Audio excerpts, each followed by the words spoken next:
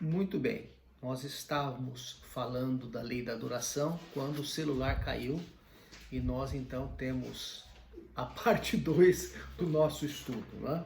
Dando continuidade então à, à lei da adoração que nós estamos vendo.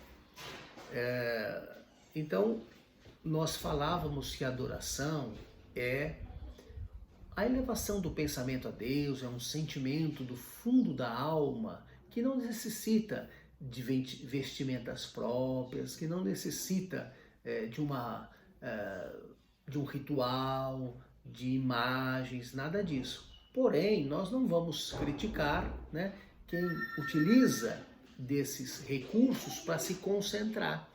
Porque, na verdade, às vezes a pessoa entra numa determinada igreja, espalma as mãos, se coloca numa posição de genuflexão e aí ela se concentra. Isso ajuda que ela faça uma prece, que ela leve o pensamento a Deus. Então são recursos que na nossa limitação a gente ainda usa, né? Então os muçulmanos têm o hábito de um determinado horário do dia voltar-se para Meca, né? Para a cidade. Então eles viram o corpo para a cidade e fazem a oração, né? Os judeus, eles quando oram lá no Muro das Lamentações, eles jogam o corpo para frente assim, né? Exageradamente, né? Dá até uma má impressão, mas é a cultura deles, é o costume. Para eles, rezar ajoelhado assim, que deve ser esquisito, né?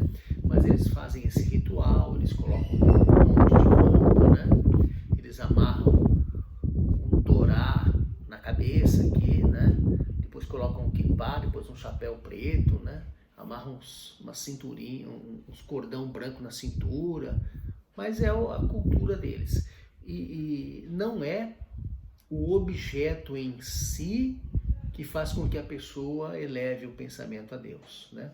Mas é o sentimento inato. Então, talvez esses rituais auxiliem aquelas pessoas que viram isso a vida inteira a se concentrar, né? Assim como nós na casa espírita, a gente fecha os olhos, a gente às vezes faz uma canção, né? A gente se concentra e aí nós fazemos a nossa prece. Então são maneiras pelas quais, recursos que nós nos utilizamos para adorar a Deus, mas o importante é o pensamento, o importante é o sentimento do fundo do coração, né? E não a cerimônia exterior, né? Não é o ritual, o movimento com a mão, né? O fato de estar ajoelhado, de pé ou sentado, né? Agora, o importante é que ao lado desta elevação de pensamento, exista um esforço no aprimoramento individual de cada um, né? A pessoa, ela tem que lutar contra o orgulho, contra a vaidade, né? Contra os ciúmes, a inveja. Ela tem que lutar contra as tendências ruins e se posicionar diante de Deus como um ser, uma criatura, como somos, né? Uma criatura ainda em evolução e pedir ajuda a Deus para superar. Vamos pegar um parágrafo do texto, na questão 654, tem um parágrafo aqui muito interessante que fala assim, ó.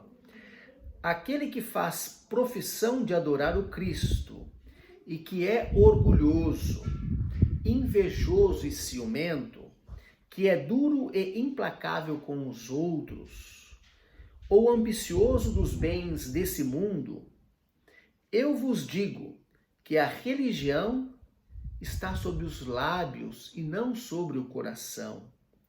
Deus que tudo vê dirá: este que conheceu a verdade é 100 vezes mais culpável do mal que fez do que o ignorante selvagem do deserto, e assim será tratado no dia da justiça. Se um cego ao passar vos derruba, vós o excusais. Se é um homem que vê claramente, vós vos queixais e tendes razão. Então, o texto está nos dizendo o seguinte, que não basta adorar a Deus, Deus, elevar o pensamento. É importante que a gente lute contra as nossas tendências inferiores, o orgulho, a vaidade, né? A soberba, os ciúmes, a inveja, a ambição. É importante que a gente reconheça os nossos defeitos, a nossa pequenez, e que a gente queira mudar para melhor.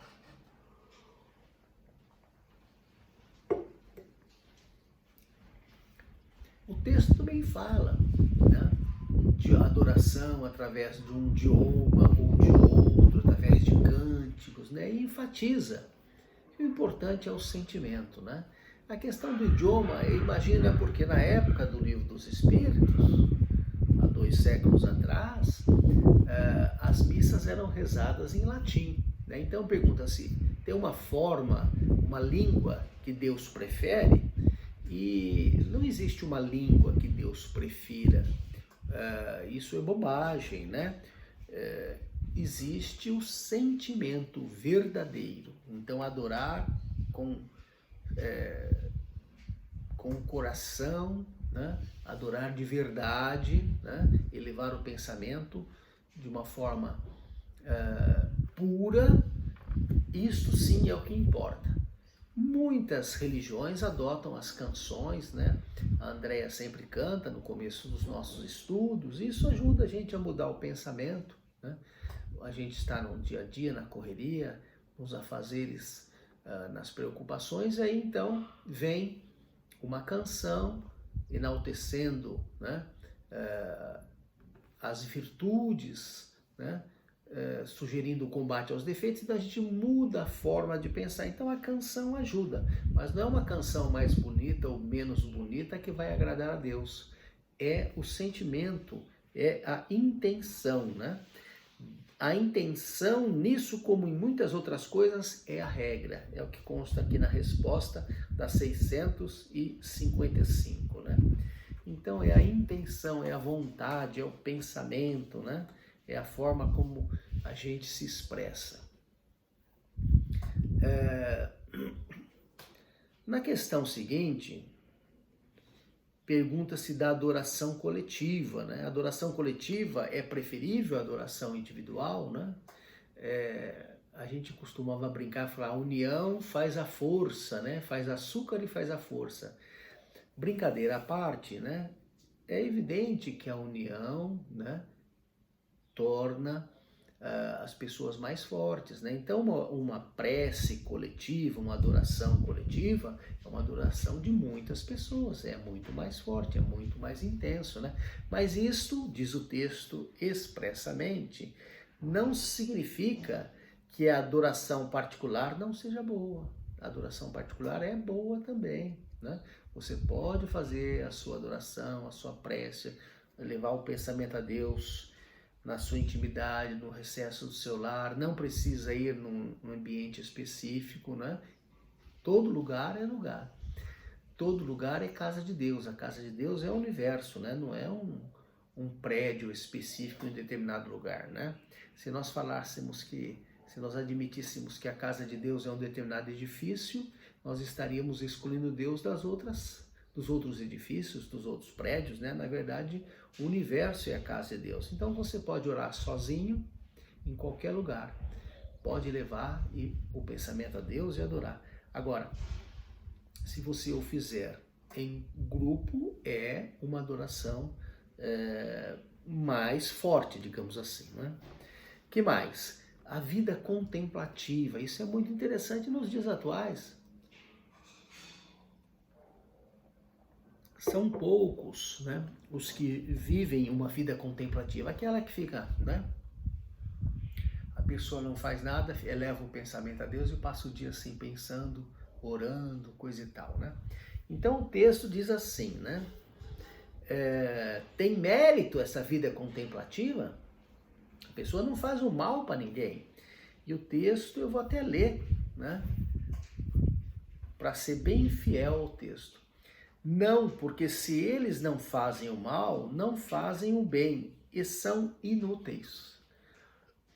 Aliás, não fazer o bem já é um mal. Então, nós estamos no mundo nós estamos em contato com a tentação da matéria, né? Não é para se isolar do mundo, é para viver no mundo, né? E vencer as tentações da carne. Então não adianta se isolar, não adianta fugir, nós temos que encarar os problemas e superá-los e vencê-los. Ou seja, né, uma vida reclusa numa cela é uma vida perdida, né? É uma vida perdida, porque se a pessoa não faz mal para ninguém, ela não, né, não vai discutir com ninguém. Ela está isolada num ambiente que não tem ninguém para discutir, né? Quando nós damos esse estudo no Consolador, eu sempre cito esse exemplo, né? Eu e o André estivemos num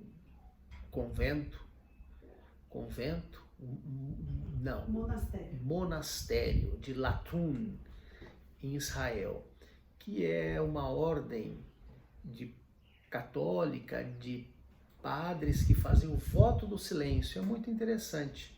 É um lugar muito bonito, né? Eles plantam uvas, fazem vinho, mas eles não falam, eles fazem o voto do silêncio.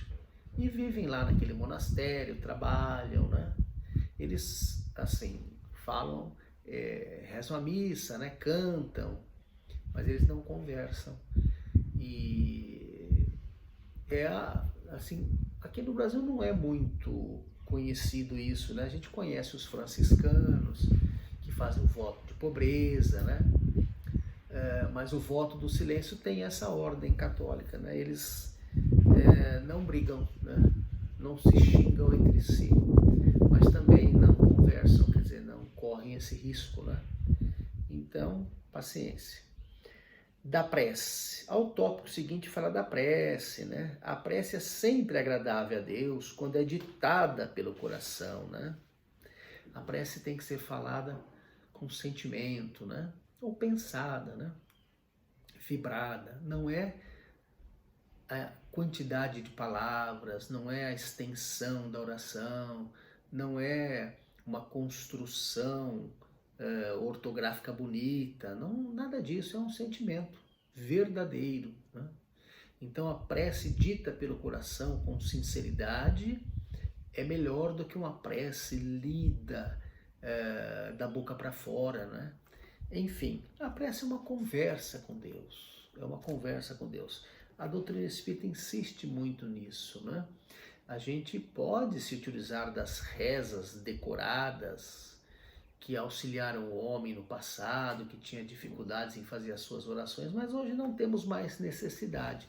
Nós podemos elevar o pensamento a Deus, falar: Senhor, obrigado por mais um dia, né? Obrigado por mais um estudo, que eu possa perseverar nos estudos, que eu possa aprender e colocar em prática. É isso. Não precisa, né, nada além disso. Não precisa de palavra bonita, não precisa rezar 30 minutos, apenas, né, falar com sentimento, falar a verdade, né? A prece é um ato de adoração, né? Orar a Deus é pensar em Deus, é se aproximar dele, é se colocar, né, em comunicação com ele, né? Então, através da oração, a gente vai louvar, né, enaltecer as virtudes, enaltecer a glória, o poder, né? A gente vai pedir, né? A gente vai manifestar o nosso desejo e a gente vai agradecer, né? Então podemos louvar, pedir, agradecer. Lembrando sempre de agradecer. Pedir a gente nunca esquece, né? A gente sempre pede, mas não podemos esquecer de, né, louvar a Deus e agradecer também, né? Então, a prece, ela é uma manifestação pela qual nós reconhecemos a nossa limitação e pedimos ajuda a um ser superior, né? Ao Criador. A gente se prostra com humildade e reconhecendo a bondade de Deus e pede ajuda. Então a prece torna o homem melhor, né? Aquele que ora com fervor e confiança é mais forte contra as tentações do mal, né? E Deus lhe envia os bons espíritos para ajudar.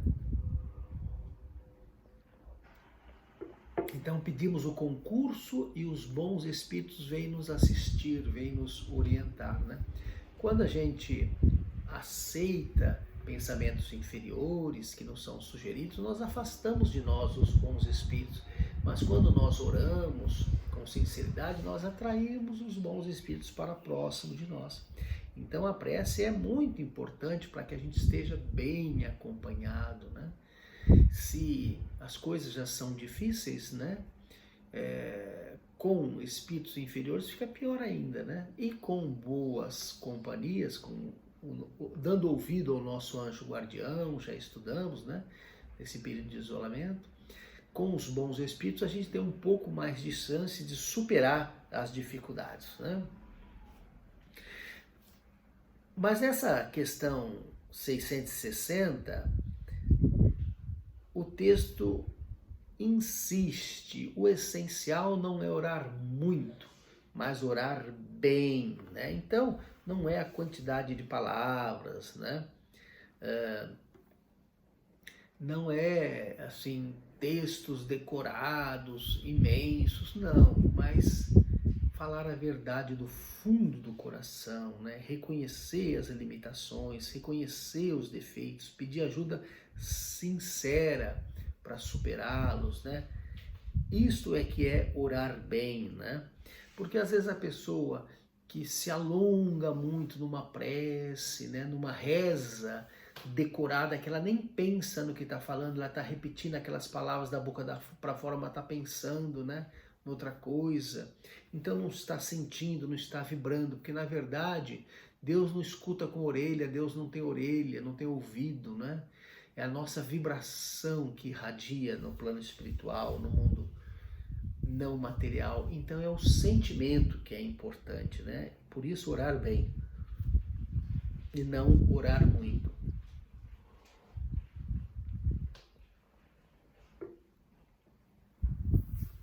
Então podemos pedir a Deus o perdão das nossas faltas, mas sabemos que esta é apenas uma manifestação de reconhecimento dos nossos erros, porque na verdade estamos regidos à lei de causa e efeito e vamos ter que corrigir, resgatar, pagar. Então, quando nós pedimos perdão, nós estamos dizendo para Deus que nós já reconhecemos que erramos e pedimos o resgate, né? Não é que Ele vai apagar a nossa falta, como quem pega a borracha e apaga uma palavra escrita errada a lápis. Mas Ele vai, né, nos propiciar que situações da vida, né, de resgate nos apaguem a falta, né? Então nós vamos quitar um compromisso, um débito, né? Nós vamos pagar e com isso seremos perdoados das nossas faltas, né? Enfim, podemos orar para os outros também, podemos orar para nós, orar para os outros. A questão 662 fala, né? O Espírito daquele que ora age por sua vontade de fazer o bem. Pela prece ele atrai para si os bons espíritos que se associam ao bem que quer fazer. Então, se eu desejo o bem para uma pessoa, se eu vibro com uma pessoa que está enferma, né? Se eu peço por ela, então eu vou atrair o concurso dos bons. Aliás, né? Esta é até uma excelente questão para encerrarmos o programado para hoje, né? Na semana que vem damos continuidade, mas para enfatizar isso, né? Nessa época de isolamento, que a gente não pode sair de casa, a gente pode orar, né? Quantos enfermos, quantas pessoas que perderam entes queridos, quantos que desencarnaram, quantas pessoas necessitadas de prece. Não dá para ter tédio, tem muita pessoa para quem a gente orar. Nós conhecemos muitas pessoas que estão enfermas, doentes, que desencarnaram, né? Então, através da prece, podemos vibrar por essas pessoas, mesmo em isolamento, mesmo, né, não podendo sair de casa e fazer muita coisa. Na semana que vem, nós terminamos este capítulo. Tenham todos uma boa semana.